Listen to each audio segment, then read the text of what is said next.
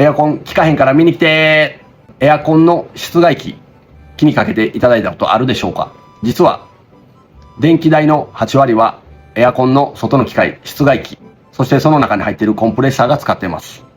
つまり、部屋を冷やすエアコン、外の機械の方が大切かもしれません。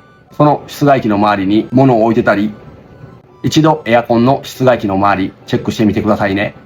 風通しよくできたら日陰になるような工夫があればいいと思います。皆さん熱中症気をつけてお過ごしくださいね。